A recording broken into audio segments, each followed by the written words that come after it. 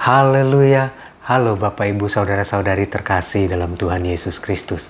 Kiranya damai sejahtera Allah yang melampaui segala akal memelihara hati dan pikiran kita semua dalam Kristus Yesus Tuhan kita.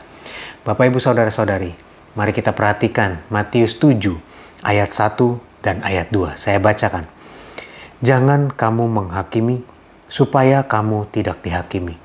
Karena dengan penghakiman yang kamu pakai untuk menghakimi, kamu akan dihakimi, dan ukuran yang kamu pakai untuk mengukur akan diukurkan kepadamu.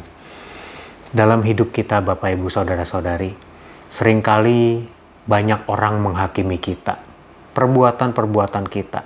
Sebaliknya kita pun tanpa sengaja, mungkin juga sengaja, suka menghakimi orang lain.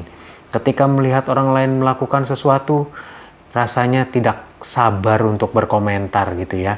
Apalagi dengan media sosial yang ada, jempol ini rasanya lebih galak daripada mulut.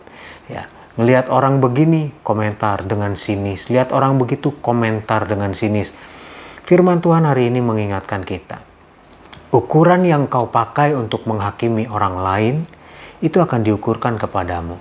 Dan contoh yang paling tepat di dalam Alkitab, saya lihat ada Daud.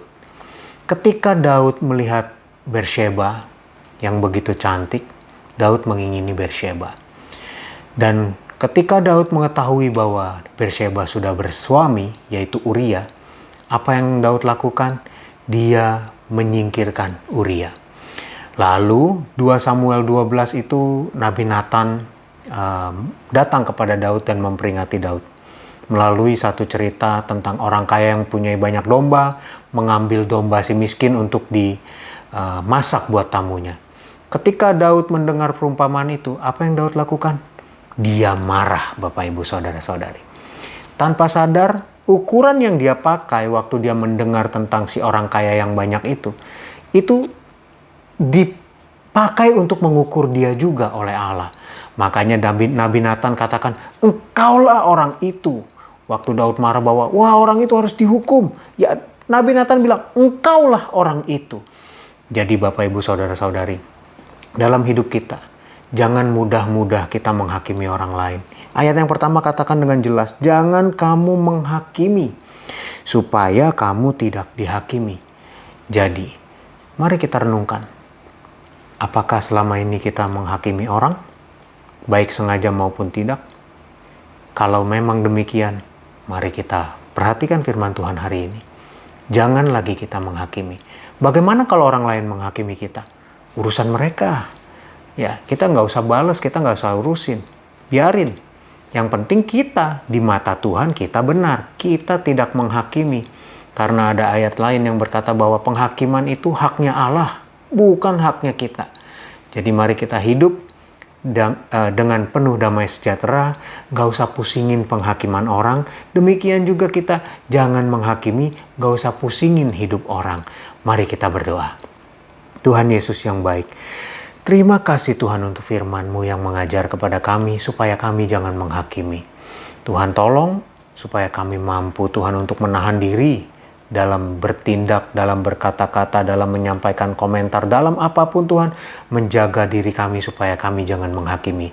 Tuhan tolong supaya kami bisa hidup damai sejahtera, melepaskan segala penghakiman, melepaskan segala sesuatu yang kami dengar, baik kami dengar maupun kami lihat dari orang lain, supaya kami bisa menahan untuk tidak menghakimi, maupun kami dapat menahan supaya kami tidak marah saat kami dihakimi. Terima kasih Tuhan Yesus, terima kasih. Umat-umat-Mu akan melaksanakan segala aktivitas mereka di awal minggu ini Tuhan. Tuhan berkati setiap mereka. Tuhan tolong, beri hikmat, urapi, pertemukan dengan orang-orang yang tepat, yang berwirausaha, yang bekerja profesional. Tuhan memberkati. Yang kuliah, yang sekolah, Tuhan juga tolong mereka. Beri pengertian, beri hikmat. Dalam melaksanakan semuanya itu Tuhan jaga, lindungi, jauhkan dari yang tidak baik.